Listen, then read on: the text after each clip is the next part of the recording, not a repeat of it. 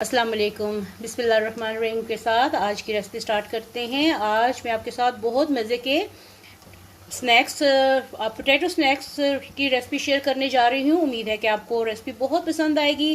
Recipe पसंद आए तो वीडियो को लाइक कीजिएगा और चैनल को सब्सक्राइब कीजिएगा। तो चल के देखिए कि आज के ये potato snacks T time snacks कैसे बने हैं, क्या क्या इंग्रेडिएंट्स इसमें गए हैं।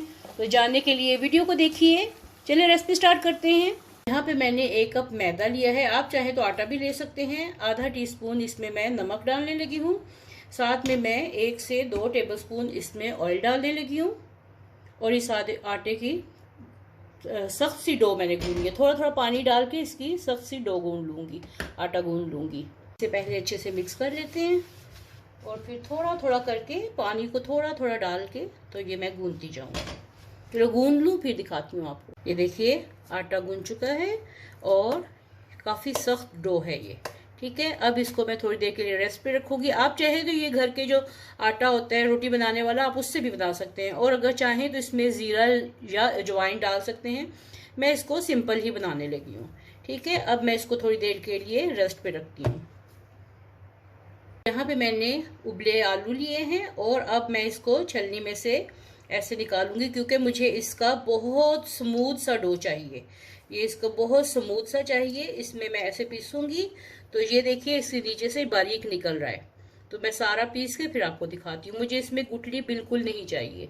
देखिए यहाँ से इस तरह मैं आपको दिखाती हूँ। यहाँ से बिल्कुल ये पेस्ट बन रही है इसकी। और ऐसे करके, अगर आपके पास ऐसी वाली छलनी नहीं है तो आप इसको कद्दूकश भी कर सकते हैं। बारीक कद्दूकश से करके तो आप हाथों से इसको पीस ले, मजीद पीस ले, तो ये आपको ये पेस्ट मिल जाएगी। देखिए आलू कितने स्मूथ से पीस चुके हैं। अब इसमें मैं डाल लगी हूँ मसालों में सबसे पहले मैं डाल लगी हूँ धनिया पाउडर। धनिया, ये इसमें धनिया का बहुत अच्छा फ्लेवर आता है। तो ये 1.5 टीस्पून मैंने धनिया डाल दिया कुटा हुआ। और साथ में इसमें मैं डाल रही हूँ नमक हस्बे जायका, या 1 टीस्पून, थोड़ा कम कर लेते हैं। और साथ में इसमें सुर्ख मिर्च में डालने लगी हूँ, 1/2 टीस्पून भर के 1/2 टीस्पून डाल दी।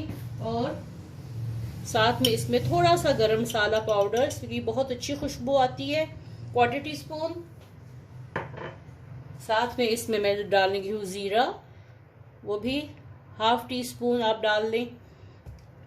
और इनको अच्छी तरीके से मैं मिक्स करने लगी हूँ। अब ये देखिए ये डो जो है, ये बहुत आलू की डो जो है ये बहुत मुलायम और सॉफ्ट सी है। तो अब इसको बाइंड करने के लिए इसमें मैं डाल लगी हूँ कॉर्नफ्लोर, 2 से 3 टेबलस्पून भर के डाल दें। ये यहाँ पे मैंने 2 टेबलस्पून के करीब मैंने डाला है।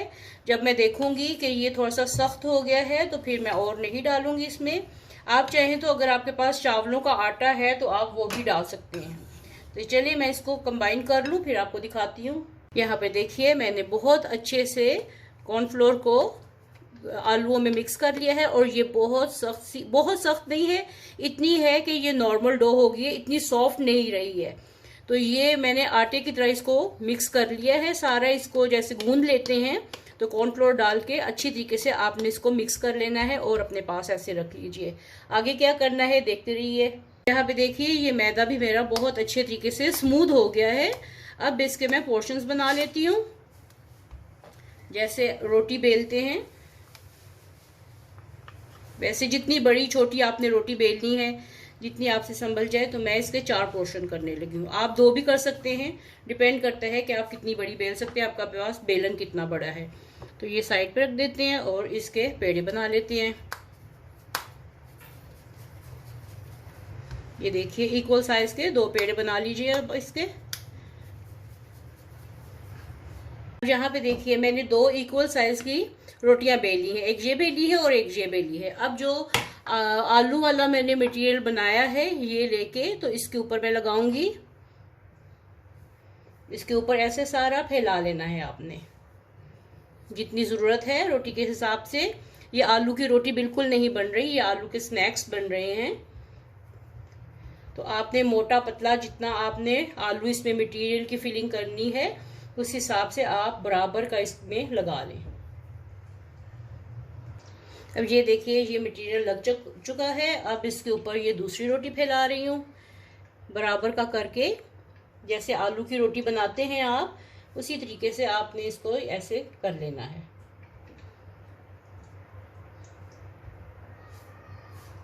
बराबर का आप इसको कर लें और बाइंड कर लें सारा। अब इसको एक बार फिर से आपने बेल लेना है। बराबर का एक जैसा बेलना है, मोटा पतला नहीं करना।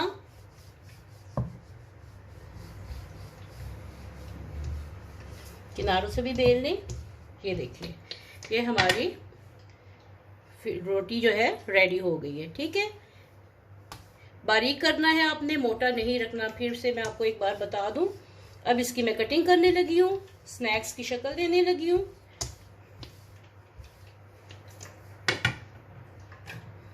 आप ऐसे इसको काट लीजिए, स्क्वेयर्स बना लिए। स्क्वेयर्स थोड़े बड़े बना ले तो ज्यादा अच्छा है, ज्यादा खूबसूरती आएगी स्नैक्स में।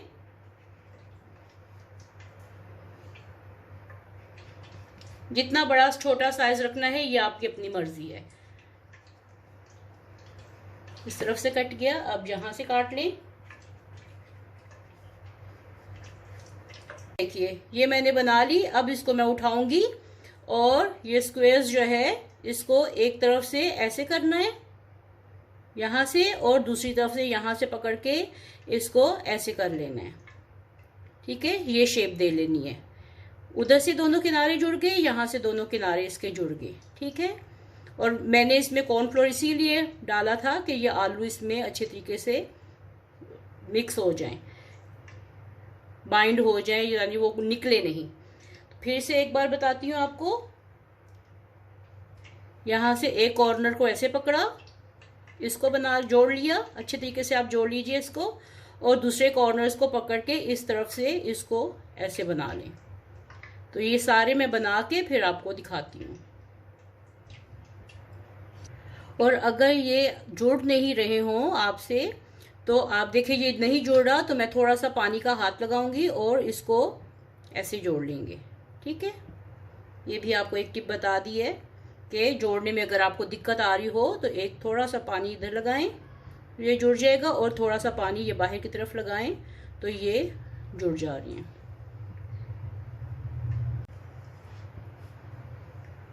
आप इन स्नैक्स को चाहें तो बॉक्स भर के फ्रीज भी कर सकते हैं, जैसे ये मैंने बनाए हैं इस वक्त। और जैसे समोसे फ्रीज करते हैं तो वैसे आप इनको फ्रीज भी कर सकते हैं। चलिए अब इनको फ्राई करते हैं। यहाँ पे आपको ऑयल जो है वो खासा गर्म होना चाहिए। तो ये मैं इसको डाल के अब इसको फ्राई करते हैं। पहले आपने जो डालना है वो तेज ऑयल में डालना है। जब आप देखें कि वो थोड़ा सा पकना शुरू हो गए हैं, उसके बाद आप हल्की आंच करके इसको कलर आने तक पका लें। तो ये देखिए कॉर्नफ्लोर डालने का मकसद ये था कि जो आलू इसमें है वो बाहर नहीं निकले, फैले नहीं। देखें ऑयल बिल्कुल साफ है, इसमें कुछ भी बाहर नहीं आया। और ये देखिए कितने अच्छे लग रहे हैं। जो लोग समोसा नहीं खाते, बहुत बड़े लगते हैं, या कचौरी बहुत बड़ी लगती है, तो उन लोगों के लिए ये बहुत अच्छे स्नैक्स हैं कि ये बाइट साइज हैं। तो चलिए ये फुल डन होते हैं, फिर आपको दिखाती हूँ। ये देखिए माशाल्लाह माशाल्लाह कितने मज़े के ये बने हैं। ये देखिए, तो यहाँ पे मेरे सारे स्नैक्स जो हैं रेडी हो गए हैं।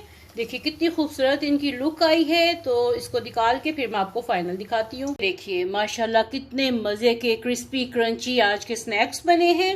उम्मीद है कि आपको आज की रेसिपी पसंद आई होगी। साथ में मैंने चिली गार्लिक सॉस ली है और इमली की चटनी ली है। आपके पास अगर पुदीने की चटनी या दही का रायता हो तो उसके साथ भी आप ये सर्व कर सकते हैं। इतने से मटेरियल में ढेर सारे स्नैक्स बन गए हैं, तो ज़रूर इंजॉय कीजिएगा। अगर रेसिपी पसंद आए तो वीडियो को लाइक कीजिएगा और चैनल को सब्सक्राइब कीजिएगा। चलिए मिलते हैं ऐसी ही एक नई और मज़ेदार सी रेसिपी के साथ। तब तक के लिए अल्लाह हाफिज़।